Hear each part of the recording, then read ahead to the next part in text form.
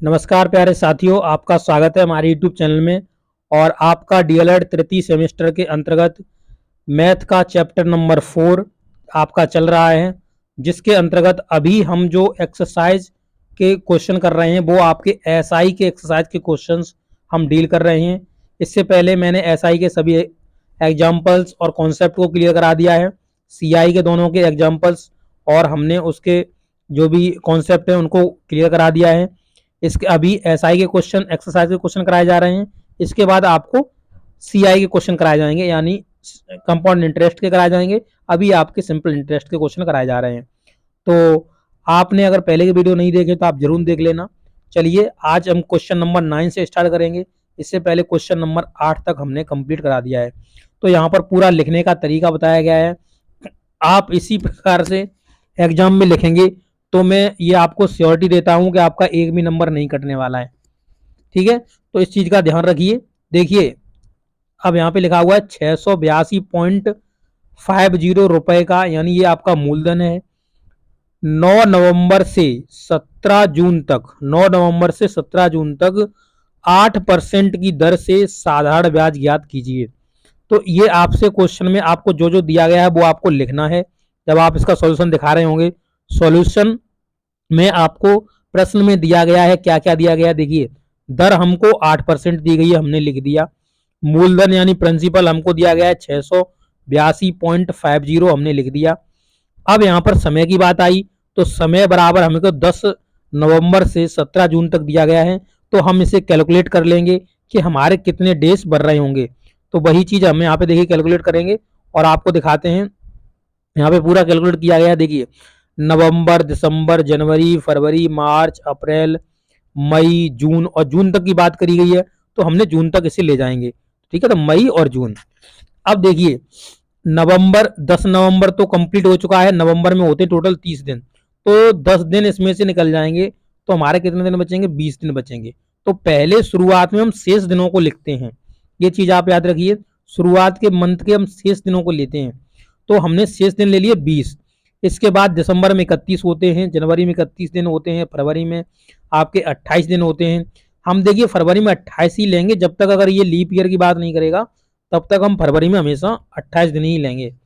मार्च में आपके 31 दिन होते हैं, अप्रैल में 30 दिन होते हैं, मई में 31 दिन होते हैं, और जून में इसने दिए हुए हैं कि 17 दिन तक हमको लगाना है ब्याज। तो अब इसके सभी जो डेज हैं उनको हम जोड़ लेते हैं। तो कुछ जोड़ने का कुछ मेरा इस तरीके से है कि जैसे मान लो आप चाहो तो आप इसे औरली भी ऐड कर सकते हो। जैसे अब आप कहोगे आपने किस तरीके से जोड़े हुए, तो मैं आपको बता देता हूँ। देखिए हम किस तरीके से जोड़ते हैं। जैसे 2 और 3 5, 5 और 3 8, 8 और 2 10, 10 और 3 13, 13 और 3 आपके हो गए 16, 16 और 3, 16 और 3 हो गए आपके कितने? 19, 19 और 1 20, यानी 20 रख दिए। और हम दहाई के अंक को जोड़ रहे थे, इसलिए हमने यहाँ पे 10 मतलब एक जीरो और बढ़ा दिया। इसके बाद हम किस तरीके से जोड़े हैं देखिए, तो इकाई के अंक जोड़ लिया। जीरो तो जीरो ही है, 1 2 10 11, ये तो जीरो ही है, 11 12, 12 और 7 कितना हो गया? तो 19 हो गया। फिर हमने 19 यहाँ पे रख लिया, इन दोनों को हमने जोड़ दिया तो 219 हमारा आ गया। तो इस प्रकार से हमने यहाँ जोड़ा हुआ है। आपको कोई डाउट होगा तो आपका क्लियर हो गया होगा। इस तरीके से ही मैं जब ऐड करता हूं तो मैं इसी तरीके से ऐड करता हूं, ताकि आप इसे इस प्रकार के अगर एडिशन करना चाहेंगे तो आप औरली भी इसे कर सकते हैं। अब देखिए यहाँ पे, अब साधारण ब्याज का हम सूत्र लगाएंगे। मूलधन गुणा दर गुणा समय बट्टा में 100। तो अब यहाँ पे हमने देखिए मूलधन रख दिया है। यहाँ आपका जो 219 आपका डेज आया था हुआ, वो मैंने लिख दिया है यहाँ पे 365 से भाग दे दिया है। देखो 219 में हमने 365 से भाग क्यों दिया है? देखिए हम हर एक क्वेश्चन में आपको बता रहे हैं, क्योंकि हमें इसे ईयर में रखना है। तो हम इसे ईयर बनाने के लिए, क्योंकि एक साल में 365 दिन होते हैं, तो 365 से हम इसमें भाग दे देते हैं। 8% की आपकी दर है तो 8% रख दिया। और यहाँ पर आप देख सकते हैं बट्टे में 100 होते हैं, 100 रखा है, बट यहाँ से जब हमने पॉइंट हटाया है तो यहाँ पर एक जीरो बढ़ा दिया। भैया आपको जीरो यहाँ पे बड़ा हुआ दिख रहा होगा। अब यहाँ पे आप देखेंगे फिर हमने क्या करा है, इसे हमने काटा है। तो आप देख सकते हैं यहाँ पे हमने 5 से काटा हुआ है। जब इसे 5 से काटेंगे तो 73 आएगा। और इसे जब हमने 5 से काटा हुआ है तो यहाँ पर हमारा 1365 आया हुआ है। तो आपका यहाँ पे मैंने काटा हुआ है 5 से। तो भैया आपको यहाँ पे दिख रहा होगा। अब अगर आप आगे देखेंगे तो हमने क्या करा हुआ है, देखिए 1365 हो गया गुणा में 219 गुणा 8 बट्टा में 73 इंटू में 1000। अब हमने क्या करा है, देखिए 73 से हमने इसको काटा हुआ है, तो ये 3 बार 219 कट गया, 3 बार कट गया ना। तो अब की बार फिर से हमने एक स्टेप बना के लिखा हुआ है। देखिए इस तरीके से लिखेंगे तो एग्जामिनर्स आराम से चेक कर पाएगा कि आपने कैलकुलेशन कैसे करी है। और अगर एक में ही सब कुछ काट डालेंगे, मान लीजिए एक में ही सब कैलकुलेशन कर देंगे, तो एग्जामिनर कंफ्यूज हो जाएगा, नंबर भी काट लेगा। ठीक है, तो यहाँ पे देखिए अब अगले स्टेप में मैंने क्या करा, मैंने अगले स्टेप में सब संख्याएं लिखी हुई हैं। तो 1365 गुणा में 3 बार कटा था, इसलिए 8 का 8 और 1000 थे तो 1000 लिख दिया हमने। ऐसे ही आपको पेपर में लिखना है, आप याद रखिए इस चीज को, ठीक है। अब यहाँ पर हमने क्या करा है, तो देखिए 3 का मल्टीपल कर दिया 1365 में। अब 3 का मल्टीपल करने के बाद हमारा आया 4095, ये आपका आ गया 4095। इसके बाद 8 का मल्टीपल करना, नीचे तो 1000 चल ही रहा है। अब हमने इसमें 8 का मल्टीपल उठा के कर दिया अगले नेक्स्ट स्टेप में। तो नेक्स्ट स्टेप में जब हमने मल्टीपल करा तो 3276 तक आ गया आपका, यानी 32,760 आ गया, बट्टे में है आपके 1000। अब देखिए जब 1000 भाग लगाएगा तो पीछे से देख सकते हैं, पीछे से आपको 3 अंकों बाद लगा देना है, क्योंकि 1000 है। तो 3 अंकों बाद हमने पीछे से लगाया तो कितना आया हमारा 32.70, या आप 32.700 लिख सकते हो, कोई दिक्कत नहीं है, क्योंकि जीरो की इधर वैल्यू नहीं है। तो इस तरीके से आपका साधारण ब्याज निकल जाएगा और आप आसानी से क्वेश्चन नंबर जो आपका है 9 इसे आप कर पाएंगे। तो इसमें हमने आपको डिटेल में समझाया ताकि आपको इस क्वेश्चन को डील कर पाए और आपको कोई भी प्रॉब्लम ना हो। अब देखिए क्वेश्चन नंबर 10 की बात करते हैं। तो यहाँ पर क्वेश्चन नंबर 10 में कहा गया है कि 254.50 रुपए हैं, उन्हें हमने 7 दिसंबर 2013 से, आपकी बात देखो सन दे दी है, सन को पहचान लीजिए, लीप ईयर तो नहीं है, तो 2013 होता है, वो लीप ईयर नहीं होता है, क्योंकि आप अगर इसमें 4 का भाग देंगे तो कंप्लीटली जाएगा ही नहीं, और जाएगा नहीं तो लीप ईयर होएगा नहीं। ठीक है, इसके बाद आप देखेंगे कि 2 मई 2014 तक की बात कर रहा है, तो दिसंबर से हमें चलना है और हमें मई तक जाना है। अब मई में भी आप देख सकते हैं कि मई में आपका जो मतलब ये 2014 है, 2014 भी आपका लीप ईयर नहीं है, नहीं है, तो फिर फरवरी जो होगी वो आपकी नहीं होगी 29 की, आप समझ सकते हैं। ठीक है, तो अब देखिए यहाँ पर मैंने 2013 देखा लीप ईयर है कि नहीं है, वैसे हम नहीं देखते, कोई टेंशन नहीं थी, क्योंकि हमें दिसंबर से आगे जाना था। अब दिसंबर से आगे जाओगे तो फरवरी थोड़ी ना मिल जाएगी आपको 2013 में, फरवरी तो आपको 2014 में मिलेगी ना। तो इसलिए हमें 2014 देखना था लीप ईयर है या नहीं है। इसके बाद आपके पास देखिए 5% की दर दी गई है और कहा गया है कि आप बताइए साधारण ब्याज कितना होगा। तो इस क्वेश्चन को हम इस तरीके से सॉल्यूशन में लिखेंगे। देखिए हमने यहाँ पे पूरा आपके लिए सॉल्यूशन लिखा हुआ है, पूरा करके क्वेश्चन नंबर 10 चल रहा है। देखिए तो आप यहाँ पे देख सकते हैं। अब देखिए यहाँ पे सॉल्यूशन में लिखा है, प्रश्न में दिया गया है, क्या क्या दिया गया है। तो देखिए पहले हमें प्रश्न में मूलधन दिया गया है, तो हमने मूलधन को रख लिया है, मूलधन लिख दिया है। इसके बाद समय, अब जो समय हम कैलकुलेट कर रहे हैं, तो देखिए 7 दिसंबर सन 2013 से, 7 दिसंबर 2013 से 2 मई 2014 तक की हम बात कर रहे हैं। अब इसमें हर एक मंथ को लिख के हमने इसका एडिशन कर दिया। देखिए दिसंबर, जनवरी, फरवरी, मार्च, अप्रैल और मई, मई तक ही हमको जाना है।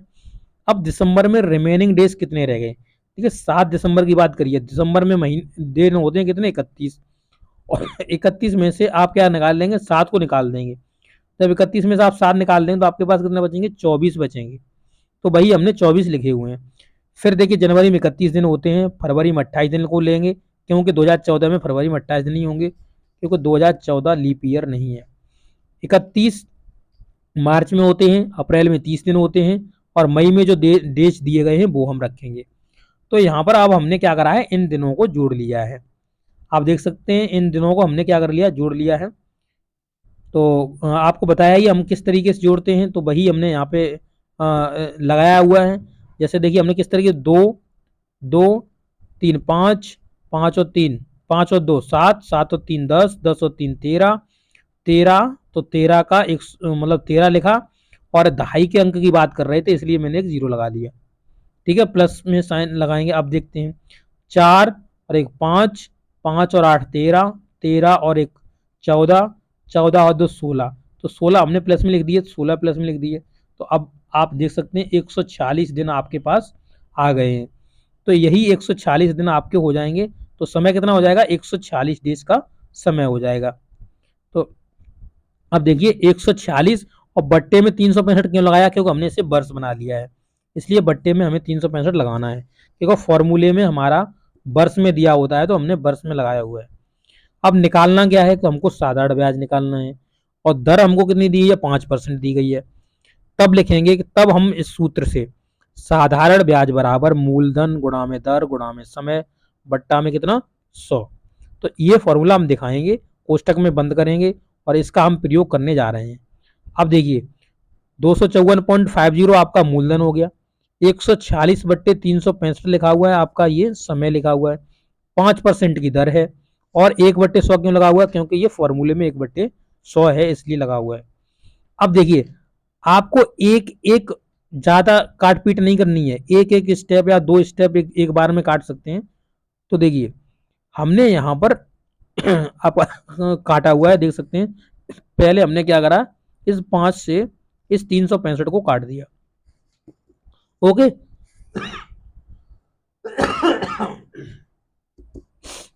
365 को हमने काट दिया है। अब ये 73 टाइम्स कट गया है। अब 73 से हम इसको काटेंगे 146 को, ये 2 बार में कट जाएगा। तो फिर हमने नेक्स्ट स्टेप में लिखा हुआ है, आप देख सकते हैं यहाँ पे 254.50 इंटू में 2 और मल्टीपल में 1/100। अब देखिए हमने क्या करा, ऊपर हमने 2 का मल्टीपल कर दिया है इसके पूरे के अंतर्गत, 2 का मल्टीपल कर दिया तो हमारा आया 509.00, यानी 509 आ गया, बट्टे में आपका आ गया 100। अब जब ये 509 है, ठीक है, ये कितना है 509 है आपके पास, बट्टे में आपके पास 100 है, तो ये कितना जीरो है, 1 2 जीरो है ना, तो पीछे से ले जाकर 2 के बाद इसमें पॉइंट लगा दीजिए। तो ये देखिए हमने पॉइंट लगा दिया, ये वाला आपका पॉइंट लग गया, बस यही आंसर आपका आएगा। तो कितना हो जाएगा 5.09। तो इस प्रकार से इस क्वेश्चन को आप डील कर पाएंगे। इस वीडियो के अंतर्गत मैंने आपको 2 क्वेश्चन डिटेल में समझाए हैं, अच्छे से समझाए हैं। आप लगाइए क्वेश्चनों को, आपको कोई भी प्रॉब्लम नहीं होगी। और मैंने यहाँ पे सभी क्वेश्चनों को डिस्कस कराया है ताकि आप कभी भी भविष्य में किसी भी क्वेश्चन में अटक जाएं तो आप आसानी से कर पाएं। ओके, तो ये वीडियो आपको कैसा लगा है, अच्छा लगा तो अपने दोस्तों के साथ जरूर शेयर करना। और अगले वीडियो के लिए आपको नोटिफिकेशन मिल जाए तो इसके लिए आप हमारे चैनल को सब्सक्राइब करते हुए बेल आइकन जरूर प्रेस कर लेना। और वीडियो देखने के लिए आपका बहुत बहुत धन्यवाद। Thank you.